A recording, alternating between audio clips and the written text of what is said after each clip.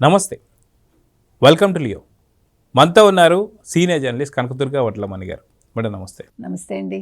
వాస్తవానికి జగన్మోహన్ రెడ్డి అటు ఏపీ అసెంబ్లీకి సంబంధించి అక్కడ ఒక తీర్మానం చేస్తున్నటువంటి టైంలో, అమరావతి రాజధాని అని చెప్పి తీర్మానం చేస్తున్నటువంటి టైంలో అక్కడ లేదు మేము పాల్గొనము అని చెప్పేసి వైసీపీ బయటికి వెళ్ళిపోవడం చూసాం. అదేవిధంగా లోక్సభకు సంబంధించినటువంటి ఒక చర్చ ఏదైతే నడుస్తుందో అక్కడ మిథున్ రెడ్డి గారు మేము వాకౌట్ అని చెప్పేసి అన్నాడు. అదేవిధంగా రాజ్యసభలో చర్చ జరుగుతున్నప్పుడు అమరావతి గురించి, చట్టబద్ధ గురించి అక్కడ వైవి సుబ్బారెడ్డి మేము అసలుకి అమరావతికి వ్యతిరేకం అని చెప్పేసి వెళ్ళిపోయాడు.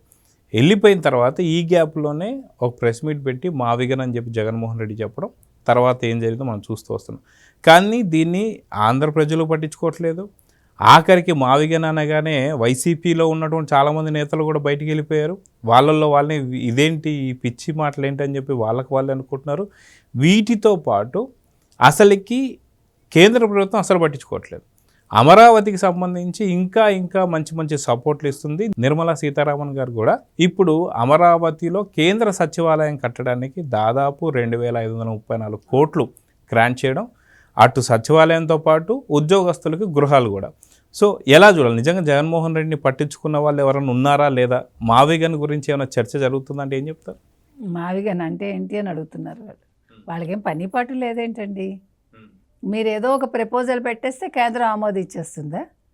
12 సంవత్సరాలు పట్టింది అమరావతిని మనం రాజధానిగా ప్రకటింపచేసుకోవటానికి, దానికి ఒక రాజముద్ర వేయించుకోవటానికి. అది కూడా చంద్రబాబు నాయుడు గారి తెలివితేటల వల్ల కనీసం కేంద్ర ఆమోదానికి వెళ్ళింది. అంటే ఉభయ సభల్లో, అటు పార్లమెంట్లో ఇటు పెద్దల సభలు. లేకపోతే ఇదే జగన్మోహన్ రెడ్డి ఉంటే ఈ ఆలోచన వచ్చి ఉండేది కాదు. 12 సంవత్సరాలు పట్టిన దాన్ని మీరు 4 రోజుల్లో మీరు అయిపోతుందండి అని అడుగుతారేంటండి? అసలు సాధ్యమా అది? అసలు ఎందుకు? అసలు ఆల్రెడీ మీరు అమరావతి ఆంధ్రప్రదేశ్కి రాజధాని అని ఘంటాపదంగా మీరు ఎలుగెత్తి చాటారు. అక్కడ పార్లమెంట్లోను, ఇక్కడ రాజ్యసభలోను ఎస్ అని ద్రౌపది ముర్ము గారు, మన రాష్ట్రపతి గారు దానికి సంతకం పెట్టారు. ఇంకేంటి? మీరు అలా చేశారు కాబట్టి నేను ఇక్కడ ఏదో మావిగన్ అని ఇక్కడ నేను అరిచాను. దానికి ఎక్కడ జేజేలు పలకాలో అని నాకు బాధ కాబట్టి నాకు అవకాశం నేను తీసుకోకుండా నేను మా వాళ్ళ దృష్టి మరల్చడానికి ఇట్లా బిహేవ్ చేశాను. మీరు వచ్చి మావిగాన్ని ఎలాగండి అందరూ ఒప్పుకుంటారా అండి? ఎవరు మోదీ ఒప్పుకుంటారా? అమిత్ షా ఒప్పుకుంటారా? నిర్మలా సీతారామన్ ఒప్పుకుంటారా? అంటే వాళ్ళు ఎత్తి కుదేస్తారు. ఇవన్నీ కాదు. ఇప్పుడు ఇంకా చాలా పెద్ద పనులు జరుగుతున్నాయి మనకి. ఇప్పుడు మనం ఊహించినవన్నీ కూడా అమరావతి విషయంలో జరిగే అవకాశం ఉంది ముందు. ఇప్పటికైతే మీరు ఇందాక అన్నట్టుగా అమరావతిలో సెంట్రల్ సెక్రటేరియట్ కడుతున్నారు. ఎంత? 2,534 కోట్లతోటి. ఇందులో దీన్ని ఎట్లా డివైడ్ చేస్తున్నారంటే, మళ్ళీ దీనికి సంబంధించిన నిర్మాణానికి డిపిఆర్ను కేంద్ర కేబినెట్ ఆమోదానికి సిపిడబ్ల్యూడి పంపింది. అయితే కామన్ సెంట్రల్ సెక్రటేరియట్ కోసం 1,299.8 కోట్లతో ప్రాజెక్ట్ ఆల్రెడీ వీళ్ళు డిపిఆర్కి పంపించారు, తయారైపోయింది. సో కేంద్ర ఉద్యోగుల నివాస సముదాయాలకి వీళ్ళు 12,034.91 కోట్లతోటి ప్రాజెక్టుకి ప్రభుత్వం ఆల్రెడీ రూపకల్పన చేసింది. ఇంకేం కావాలి మీకు? దీనికి ఎన్ని ఎకరాలండి అంటే 22.53 ఎకరాలు. 22.53 ఎకరాల్లో ఓన్లీ కేంద్ర సెక్రటేరియట్కి 5.53, మిగిలిన 17 ఎకరాల్లో మీరు ఈ కేంద్ర గృహ సముదాయాలన్నీ కూడా కడతారు. ఇంక ఇప్పుడు చెప్పండి మీరు, ఇంకా మావిగానేంటి? అసలు పదవి ఎవరికి తెలుసు? అసలు వాళ్ళకి పని పాటు లేకుండా లేరు కదా వాళ్ళు. అసలు ఇవన్నీ ఏం పట్టించుకునే పరిస్థితుల్లో లేరు. ముఖ్యంగా మీకు అంతకుముందు కూడా నిర్మలా సీతారామన్ చెప్పారు, ఇక్కడికి వచ్చినప్పుడు, ఆంధ్రప్రదేశ్కి వచ్చినప్పుడు మోదీ గారు ప్రత్యేకంగా చెప్పారు, అమరావతి మీద మనం దృష్టి కేంద్రీకరించాలి. మనం ఆంధ్రప్రదేశ్కి మనం అమరావతి విషయంలో అన్ని రకాలుగా ఆర్థిక సాయం చేయాలని చెప్పారు అని ఆవిడ చెప్పారు.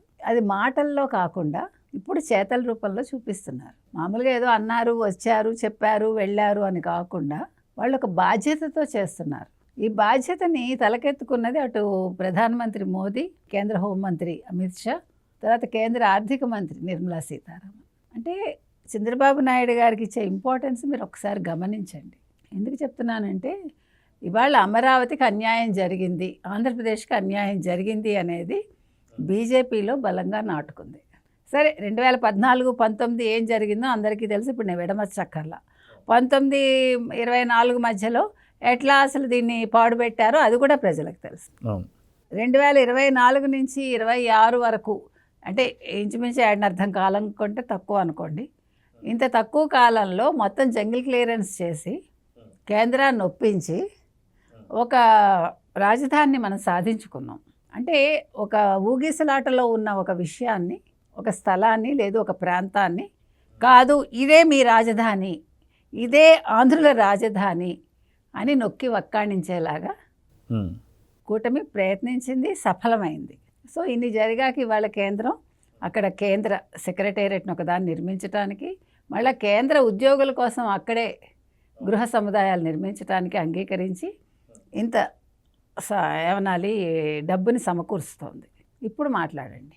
అంటే చంద్రబాబు నాయుడు గారి గొప్పతనం మీకు ఇక్కడే అర్థమవుతుంది. అంటే ఒక పనిని సాధించడంలో అంటే ఏదైనా కూడా ఇప్పుడు ఇది రావడం వల్ల తర్వాత ఇంకెన్ని ప్రయోజనాలు ఉంటాయో మున్ముందు మనకు తెలుస్తుంది. సో వాస్తవానికి జగన్మోహన్ రెడ్డి మావి గన్ అంటే మచిలీపట్నంలో మా, ఇక్కడ విజయవాడలో విఐ, తర్వాత గుంటూరులో జియు అని చెప్పేసి మాట్లాడుతున్నా సరే, ఇక్కడ అమరావతి సిఆర్డిఏ సంబంధించి దాని పరిధి చూసుకున్నా సరే అటు విజయవాడ గుంటూరు రెండు కూడా ఉన్నాయి. దీంట్లో కలిసి ఉన్నాయి, కలిసే ఉన్నాయి. దీంతో పాటు మచిలీపట్నం నుంచి మీకు కోస్టల్ కారిడార్ కింద దాదాపు పెద్ద హైవే కూడా రన్ అవబోతుంది. ఇప్పుడు గతంలో మనకి చూసుకుంటే అటు రేవంత్ రెడ్డి గారు కూడా మాకు మచిలీపట్నం నుంచి ఒక హైవే కారిడార్ కావాలి, మేము కూడా దానికి సంబంధించి మేము పెట్టుబడులు పెడతామని చెప్పేసి అనడం చూసాం. అటు తెలంగాణకు కావచ్చు, ఇటు ఆంధ్రాకి కావచ్చు, రెండింటికి కూడా ఇప్పుడు మచిలీపట్నం నుంచి కారిడార్ కావాలి.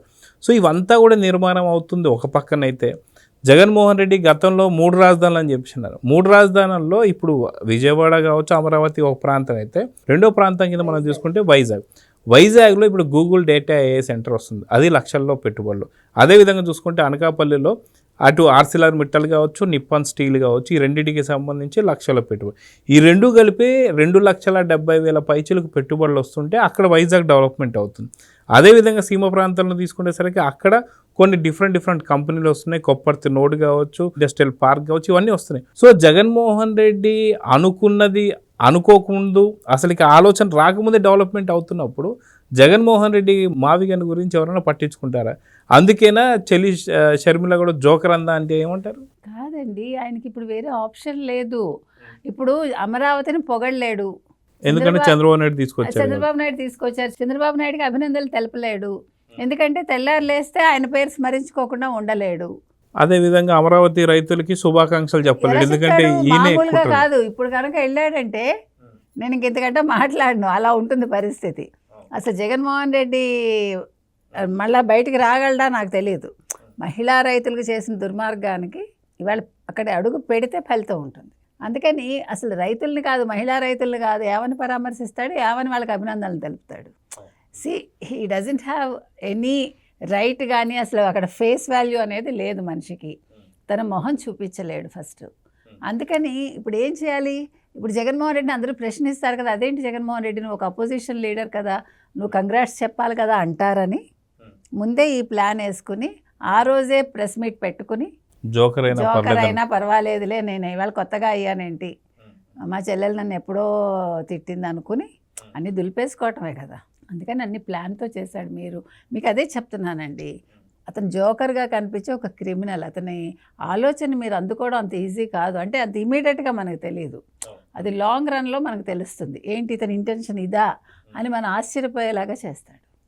అందుకని ఆయన మావిగనన్నా మావి చిగురన్నా మరొకటన్నా అక్కడ జరగబోయేది ఏం లేదు, అన్నీ జరిగిపోయాయి. చంద్రబాబు నాయుడు గారు అనుకున్నదే జరిగింది. నెక్స్ట్ ఆయన అనుకున్నట్టే అక్కడ కేంద్ర సెక్రటేరియట్ వస్తుంది, గృహ సముదాయాలు వస్తాయి.